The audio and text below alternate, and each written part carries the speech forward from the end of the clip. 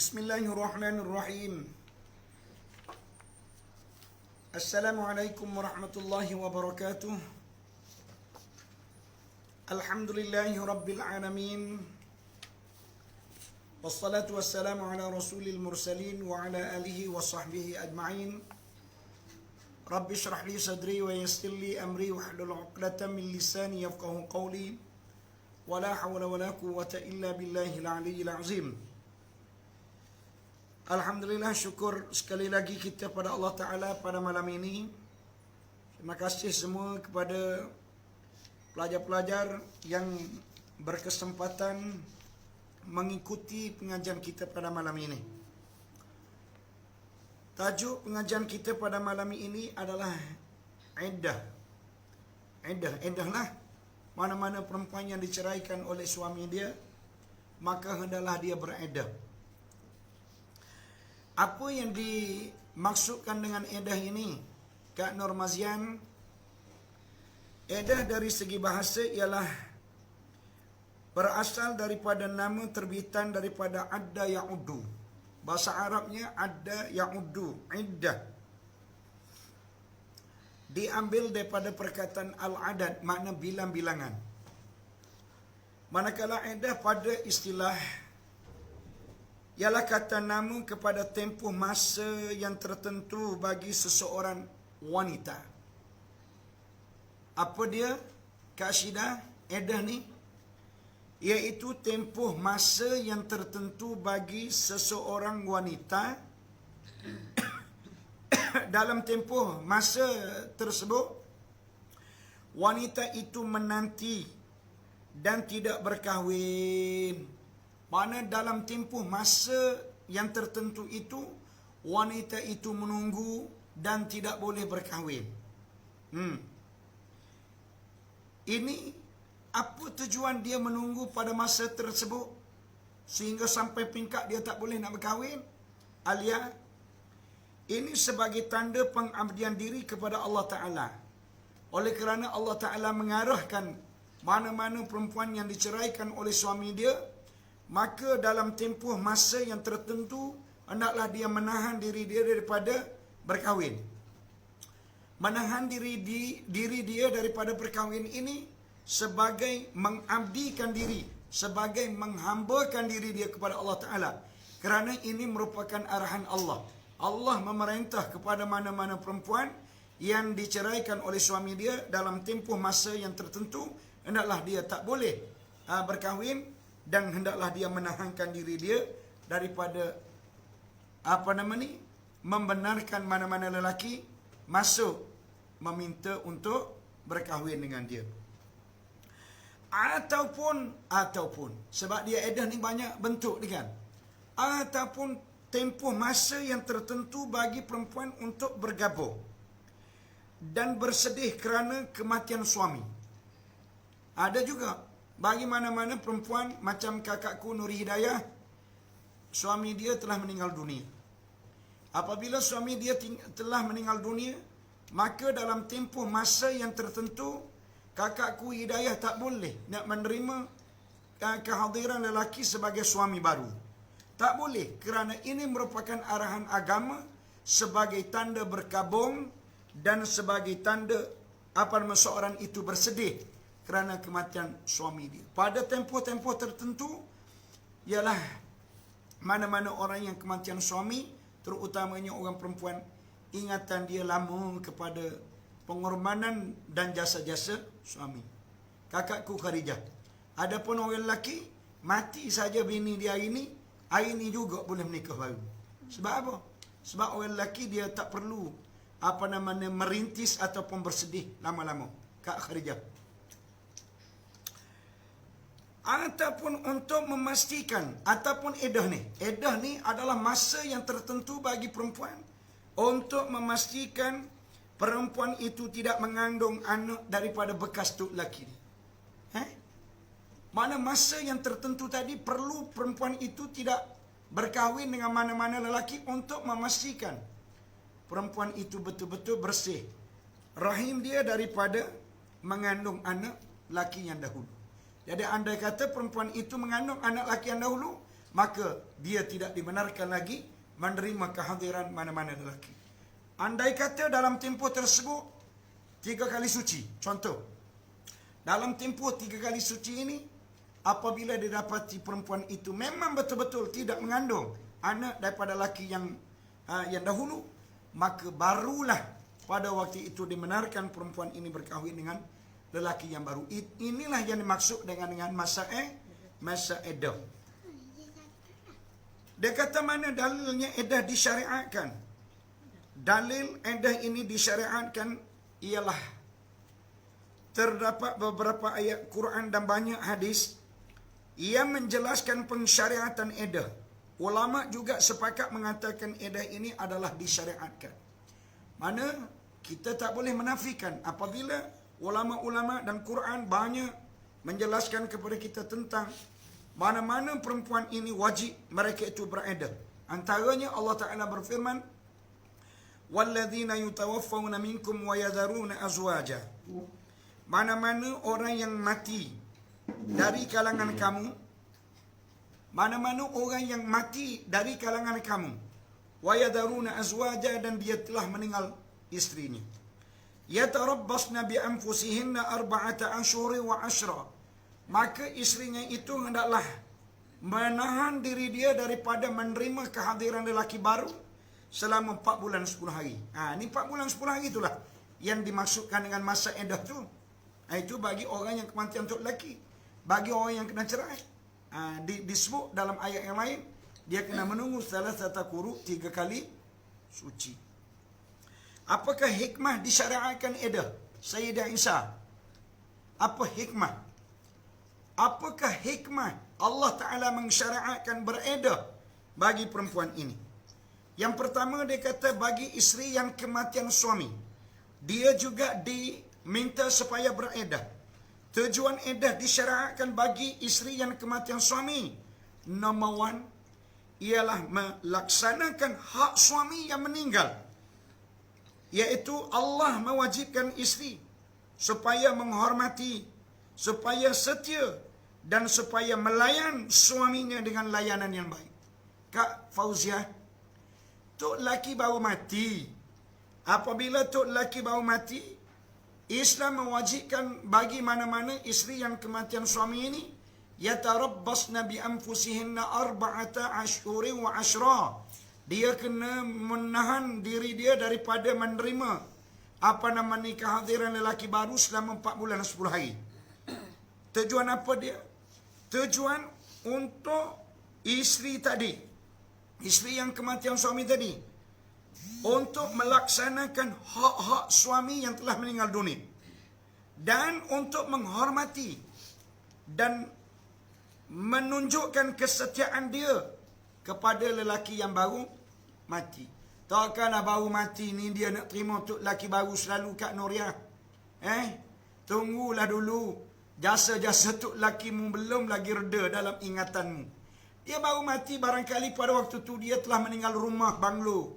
Barangkali pada waktu tu dia baru beli kereta baru. Barangkali pada waktu itu baru dia kamu melahirkan anak, sebagai contoh. Anak ni hasil daripada perkongsian kamu. Ingat penghargaan, ingat pengorbanan yang dilakukan oleh lakimu. Maka dalam tempoh iddah itu diperlukan bagi seorang isteri untuk mengingati pengorbanan dan jasa yang dilakukan oleh suami dia. Oleh itu, isteri tidak sewajarnya terus melupakan suaminya sebaik sahaja beliau meninggal dunia. Maknanya orang lelaki, orang puan, ingat, sebaik sahaja tu lelaki meninggal dunia, mu jangan lupa terus jasa-jasa dia. Kenapa? Kenapa banyak jasa tu lakimu di rumahmu? Kalau sekarang ni barangkali orang perempuan ni kata, apa dia jasa tu laki kita ni? Rumah ni rumah kita. Kereta bawah garah tu kereta kita. Anak 2-3 orang tu kita yang tolong bayar mengasuh anak, tolong memberi nafkah pada anak. Itu menjadi masalah Usman. Menjadi masalah kita sekarang. Kenapa? Sebab bini kita kerja. Apabila bini kita kerja, kadang-kadang gaji dia besar. Tu laki gaji kecil. Jadi apabila berlaku kematian, inilah yang menyebabkan bini ni dia tak sempat nak memikirkan jasa-jasa tu lelaki. Sebab tak banyak jasa tu lelaki. Ini cerita zaman dulu ya. Sebab apa? Sebab kebanyakan isteri ini menjadi suri rumah. Baik, yang kedua, kenapakah Allah Ta'ala mewajibkan iddah bagi mana-mana perempuan yang kematian isteri? Adalah untuk menukar adat jahiliah, di mana jahiliah menjadi kebiasaan mewajibkan isteri yang kematian suami berkurung di dalam rumah selama 1 tahun. Masyarakat jahiliah dulu, Osman, apabila berlaku kematian suami, maka dia mengurung isteri dia dalam rumah selama satu tahun.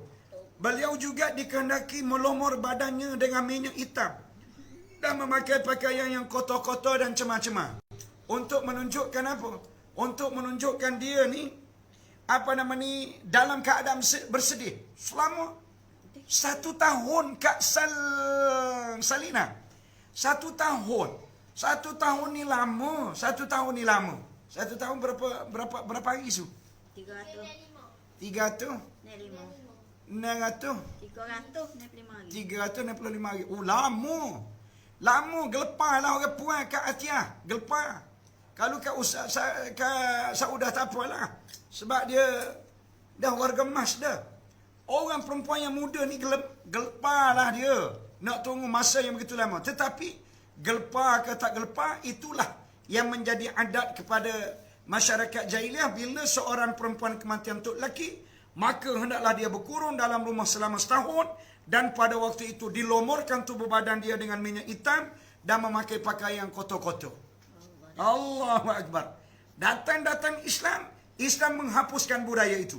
Dengan Islam menetapkan satu masa. Masa yang ditetapkan oleh Islam adalah 4 bulan 10 hari. 4 bulan 10 hari ini mengikut kebiasaan manusia. Dalam tempoh 4 bulan 10 hari, orang yang kematian untuk lelaki, barangkali bini dia masih lagi mengingati untuk lelaki dia. Jadi apabila masuk lebih saja 4 bulan 11 hari, mula gatal gelebek semula dah. Mana mula perempuan tadi ingat nak cari tok lelaki baru dah. Sebab apa? Sebab masa tu sudah pun lama. Tapi tak sampailah 1 tahun. Kalau 1 tahun lagi lama. Yang kedua, itu iddah isteri yang kematian suami. Manakala yang kedua, iddah isteri yang diceraikan secara pasah ataupun secara talak. Dia kata jika isteri diceraikan ketika masih mempunyai haid, maknanya orang muda lah ni, orang muda dia kan. Jika isteri yang dicerai itu mempunyai haid, mana haid dia masih keluar lagi. Bukan kanak-kanak dan bukan juga orang tua. Mana kalau kanak-kanak maknanya tak datang haid. Kalau orang tua sudah menopause, mana haid sudah habis. Dengan erti kata orang muda. Jika isteri yang dicerai itu adalah orang muda, isteri itu datang haid, ataupun pada waktu itu dia sedang mengandung. Hikmah disyariatkan iddah bagi golongan ini ialah bagi tujuan menjaga keturunan. Mana kalau orang perempuan muda macam Sapina ni, mana masih lagi haid keluar semua setiap bulan, andai kata diceraikan oleh suami, maka dia perlu beriddah. Iddah tadi untuk apa? Untuk menjaga keturunan. Andai kata dalam tempoh iddah tu, andai kata isteri tadi mengandung dengan anak bekas suami dia, maka sudah tentu anak dalam kandungan itu adalah anak daripada suami yang dahulu. Kan? Kalau sekiranya dalam tempoh iddah ini 3 kali suci itu isteri tadi tidak mengandung, maka andai kata isteri tadi berkahwin dengan suami yang baru, tiba-tiba mengandung, maka anak dalam kandungan itu adalah anak daripada suami yang baru. Tak timbullah masalah. Jadi maknanya suami yang dulu mengaku, anak ni anak daripada akulah. Tak ada lah, sebab binimu 3 kali suci dah. Apabila 3 kali suci, makna perempuan yang apabila datang haid sudah tentu menandakan dia tidak mengandung. Sebab perempuan yang mengandung ni dia tak datang bulan lagi. Dan yang kedua, untuk menunaikan tanggungjawab dan memastikan beliau tidak mengandung anak bekas suaminya. Perkara ini adalah jelas. Maknanya jelas. Kita boleh tengok. Andai kata dia selepas daripada diceraikan oleh suami dia, kena tunggu datang haid suci sekali. Lepas tu datang haid suci 2 kali. Lepas tu datang haid suci 3 kali. Maknanya apabila 3 kali dah datang haid, maknanya sudah tentu perempuan itu bersih rahimnya daripada mengandung anak bekas tu laki dia. Ini kata dia sebagai tanda pengabdian diri kepada. Jika isteri sudah putus haid, tadi isteri yang muda kan. Jadi golongan yang kategori yang ketiga ini, andai kata yang diceraikan itu adalah perempuan yang mana? Perempuan yang putus haid. Maknanya orang tua. Perempuan yang tua umur 55 kena cerai lagi kepada tu laki dia. Ataupun umur 50. Mana tak kira lah asalkan haid tak datang dah. Diceraikan oleh suami dia. Ataupun suaminya menceraikan isteri yang masih kecil. Mana dia menikah dengan budak kecil umur 11 tahun. 11 tahun bini dia haid pun tak datang lagi. Tiba-tiba dia mencerai isteri tadi. Maka kenapa dua golongan ini, mana perempuan tua dengan budak kecil ini, andai kata mereka itu menjadi mangsa perceraian, mereka itu juga mesti beredah. Kenapa? Kata dia edah itu adalah sebagai tanda pengabdian diri kepada Allah Ta'ala yang mengandungi makna tunduk kepada titah perintah Allah. Hikmah ini perlu diberi perhatian sepenuhnya. Ia terdapat dalam semua jenis edah yang disyariatkan oleh agama. Mana mudah cakapnya Kak Naomi begininya. Edah-edah ni kalau kita nak fikir kadang-kadang kita tak nampak apa hikmah Allah Ta'ala suruh perempuan itu menunggu pada masa-masa yang tertentu tadi. Maka jawapan dia, ikut je lah apa yang diarahkan oleh Islam. Islam mengarahkan perempuan yang kematian untuk laki, kamu mesti beredah selama 4 bulan 10 hari. Islam mengarahkan kepada mana-mana perempuan yang datang haid dengan erti kanan perempuan muda, hendaklah kamu menunggu masa edahmu 3 kali suci. Manakala Islam mengarahkan bagi perempuan yang menopause, perempuan yang sudah berhenti daripada haid ataupun perempuan yang tak pernah datang haid, budak kecil, hendaklah kamu menunggu 3 bulan. Mereka ini hendaklah dia beredah selama 3 bulan. Apa sebab kakakku Fatimah? Sebabnya adalah litta'abudi, untuk mengabdikan diri kepada Allah. Oleh kerana Allah Ta'ala mengarahkan kita berbuat demikian, maka kita kena buatlah. Orang perempuan, orang tua dia kata, kita ni tak mari haid. Sedangkan apabila kita tak mari haid, maknanya potensi untuk kita mengandung tak ada lagi. Jadi hari ini kena cerai, esok dia nak menikah dengan seorang lelaki. Tak boleh. Kenapa? Sebab walaupun mu datang haid ke tak datang haid, kamu kena beredah. Bagi orang yang tak datang haid, edah dia 3 bulan. Bagi orang yang datang haid, edah dia 3 kali suci. Mana kena tunggu juga. Oh, dia kata lama. Nak tunggu 3 bulan ni lama, kakakku Fatimah. Ni kan. Sebab itulah orang tak boleh bercinta. Kalau kita tidak bercinta, gatal tu tak timbul. Ini tak ada apa-apa lagi. Adikku Eli, dia bercinta dah. Molek-molek kena cerai ni bayar. Mana cinta sudah membara. Sebab itulah kadang-kadangnya mereka ini tidak mampu untuk bersabar. Yang kedua, mengagungkan perkahwinan dan meletakkannya pada kedudukan yang sesuai di sisi syarak. Jelas tidak selari dengan keagungan perkahwinan dan kepentingannya apabila pada hari berikutnya, selepas saja berpisah, isteri itu terus berkahwin dengan lelaki lain, sekalipun dia masih kanak-kanak ataupun dia perempuan tua yang telah putus haid, yang pastinya tidak mengandung anak untuk bekas suaminya. Manakala dilihat kepada golongan ini, kenapa mereka kena menunggu juga? Sedangkan kalau kita nak memastikan rahim mereka itu bersih, memang bersih dan mereka ni tak mengandung. Sebab apa? Sebab yang pertama, kalau perempuan tua, dia tak mengandung kerana dia tua. Yang kedua, kalau budak kecil, tak mengandung kerana dia belum lagi datang bulan. Ada tu kenapa nak kena tunggu? Dia kata kerana mengagungkan Islam. Islam mengarahkan kita berbuat demikian. Tindakan membelakangi ajaran Islam ini akan menghilangkan kepentingan perkahwinan dan akan merendahkan kehebatan pada pandangan manusia. Di samping itu, ia akan melahirkan gambaran perempuan itu seolah-olah pelacur. Kak Naomi, anda kata hari ini kena cerai, esok dia menikah lalu, maknanya lebih kurang perempuan ini lebih kurang pelacur. Sebab apa? Pelacur lepas daripada orang pertama masuk, sekejap lagi orang yang kedua akan masuk pula, sekejap lagi orang yang ketiga akan masuk pula. Mana adakah perempuan ini? Adakah perempuan ini sama dengan pelacur? Tak sama. Jadi sebab itu Islam meletakkan satu masa yang tertentu bagi mana-mana perempuan yang dicerai itu untuk, kalau kita kata bahasa kita, untuk bertahan. Bertahan untuk mereka mikir. Dia kan, mampu aku kena cerai kepada tok lelaki aku Kenapa? Kalau ya sekalipun salah tok lelaki, paling tidak perempuan itu akan berfikir dan dia akan muhasabah diri dia, supaya kalau ia pun ada jodoh dengan lelaki yang baru, dia seboleh-bolehnya tak nak lagi kejadian yang sama berlaku pada lelaki dia berlaku pada lelaki yang baru. Gitu. Baik. Oleh yang demikian, dia kata secara ringkasnya, pembahagian iddah ini terbahagi kepada dua. Secara umumnya, pembahagian iddah ini terbahagi kepada dua. Yang pertama, iddah kematian suami.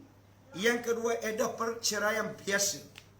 Dia kata iddah kematian suami ialah dikenakan kepada mana-mana isteri yang kematian suami, maka ianya terbagi kepada dua jenis. Yang pertama, isteri yang hamil, isteri yang mengandung. Yang kedua, isteri yang tidak mengandung. Ingat Kak Salma, iddah kematian tok lelaki ini ada dua jenis perempuan. Yang pertama, jenis perempuan yang tok lelaki dia mati, pada waktu itu dia sedang mengandung. Yang kedua, jenis perempuan pada waktu suami dia mati tadi, dia tidak mengandung. Baik, andai kata pada waktu suaminya meninggal, isteri itu sedang mengandung, maka iddahnya, iddah perempuan itu sehingga melahirkan anak tanpa mengira panjang ataupun pendek tempoh hamilannya.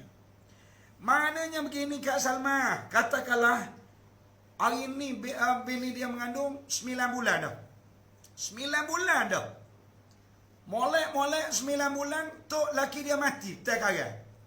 Petang tu tok laki dia mati, tengah-tengah orang nak buat persiapan pada mengkebumikan jenazah suami dia, maka bini dia pun lahirkan anak. Selesai masalah. Maknanya bini dia sudah pun habis iddah. Untung lusa boleh nikah lalu. Lusa boleh nikah selalu bini dia. Kalau bini dia nak lah. Sebab apa? Sebab ini yang dikatakan kadang-kalanya bagi perempuan yang kematian tok laki dia, kadang-kalanya dia terpaksa menunggu masa yang begitu panjang, kadang-kala menunggu masa yang begitu pendek. Cerita yang saya katakan itu untung bagi perempuan. Tak perlu menunggu lama-lama. Wow Aida. Seronok Baik, contoh perempuan terpaksa menunggu lama. Contoh Aida, hari ini dia dapat bini dia mengandung 1 bulan. Malam nanti tok laki dia mati. Sudah. Kalau macam ni gelepar orang perempuan kena tunggu sehingga lahirkan anak. Berapa lama? Barangkali 8 bulan akan datang. Dah sekarang mengandung 1 bulan.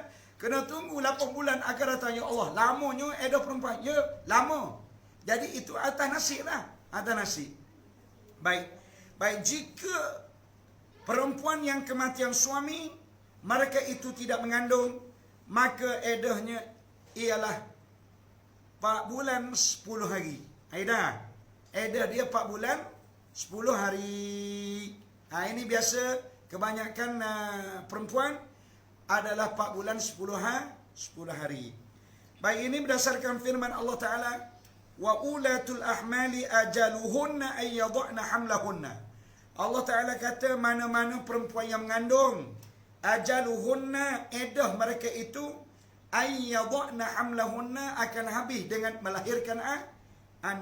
Mana-mana perempuan yang mengandung, iddah dia dengan melahirkan anak. Tak kira sama ada lama ataupun cepat. Dan Allah Ta'ala berfirman lagi, walladzina yutawaffawna minkum wa yadharuna azwaja. Mana-mana orang yang kematian dan pada waktu itu dia telah meninggalkan istrinya, yatarabbasna bi anfusihinna arba'ata ashurin wa ashra, maka hendaklah isteri dia menunggu iddah dia selama 4 bulan 10 hari. Fa idza balagna ajalahunna, maka apabila tempoh iddahnya telah selesai, fala junaha alaikum fima fa'alna fi anfusihinna bil ma'ruf, maka tidak berdosa ke atas kamu pada orang yang dilakukan mereka itu pada fala junaha alaikum fima fa'alna fi anfusihinna bil ma'ruf, maka tidak ada dosa ke atas kamu pada apa yang dilakukan oleh perempuan itu terhadap diri mereka. dengan cara yang baik. Maksudnya, kalau orang perempuan tu ajak mu nak nikah dengan dia pun, boleh dah. Dengan syarat 4 bulan 10 hari, kena habis dulu. Wallahu bima ta'maluna khabir. Sesungguhnya Allah Ta'ala amat mengetahui apa yang telah kamu lakukan. Aida. Oh Aida. Kenapa Allah Ta'ala susuli dengan akhir ayat Wallahu bima ta'maluna khabir? Allah Ta'ala amat mengetahui apa yang kamu lakukan. Aida, sebab apa? Su tahu susu. Sebab apa Allah Ta'ala akhiri dengan ayat ni? Tahu. Sebabnya orang perempuan ni kita tak tahu dia menipu ke. 4 bulan 10 hari ni Ustaz Fikri, panjang masa dia. 4 bulan 10 hari mana kalau kita kira bodoh-bodoh, 1 bulan 30, mana 120, 130 hari. 130 hari ni barangkali orang perempuan ni dia menipu. Apabila Aida, seorang perempuan jumpa dengan jejaka dia jumpa dengan laki-laki ni tanya, saya minatlah kepada awak. Betulan perempuan tu minat juga. Jadi akhir sekali, barangkali pada waktu itu akan adalah soal jawabnya. Awak suami pergi mana? Perempuan dia kata suami kita mati. Ni kan. Jadi laki tu pun tak tanya bila dah mati ni kan. Lama-lama laki ni kata, saya minatlah kau. Perempuan dia kata saya minat juga. Kalau gitu jom kita kahwin. Sudah. Sedangkan pada waktu tu barangkali baru 3 bulan baru suami dia mati. Tapi oleh kerana perempuan ni fikir kalau buat lama-lama nanti bakal lelaki ini merajuk pula. Sebab dia dah ajak ni. Kalau begitu, maka barangkali berlaku penipuan di situ. Perempuan ni kata, saya dah habis dah edah. Maka menikahlah pada waktu itu. Maka hukum pernikahan adalah tidak sah. Jadi oleh demikian, kena ingat orang perempuan. Wallahu bima ta'maluna khabir. Allah Ta'ala tahu apa yang kamu lakukan. Walaupun orang lain tak tahu, tapi Allah Ta'ala tahu. Dalam masa tu kalau dia mengorak laki lain, berdosa ke Ustaz? Ya, berdosa. Orang perempuan tak boleh. Mu jangan main-main. Berdosa, tak boleh mengorak. Baik. Edah yang kedua, edah perceraian. Okey, sekadar itu dulu yang dapat kita pelajari pada malam ini. Malam ini kita ada doa banyak. Doa oleh kerana kita mendapat berita yang cukup menyedihkan di Kelantan ni. Di Kelantan banyak jangkitan COVID berlaku kepada murid-murid kita ni. Banyak berlaku kepada murid-murid kita ni sebagai ujian Allah Ta'ala lah. Jadi walau bagaimanapun, tuan-tuan dan puan-puan, saya minta kita doa kepada Allah Ta'ala supaya murid-murid kita ini diberi kesembuhan segeranya oleh Allah Ta'ala daripada COVID yang dialami. Dan kita minta supaya murid-murid kita yang terkena COVID ini jangan risaulah. Jangan rasa ketakutan, jangan cemas. Kerana ini merupakan ujian biasa-biasa je. Allah Ta'ala nak beri pahala yang banyak. Bismillahirrahmanirrahim. Amin. Alhamdulillahi Rabbil Alamin. Wassalatu wassalamu ala Rasulillahi wa ala alihi wa sahbihi ajma'in. Ya Allah, ya Tuhan kami, pada malam yang mulia lagi berkat ini,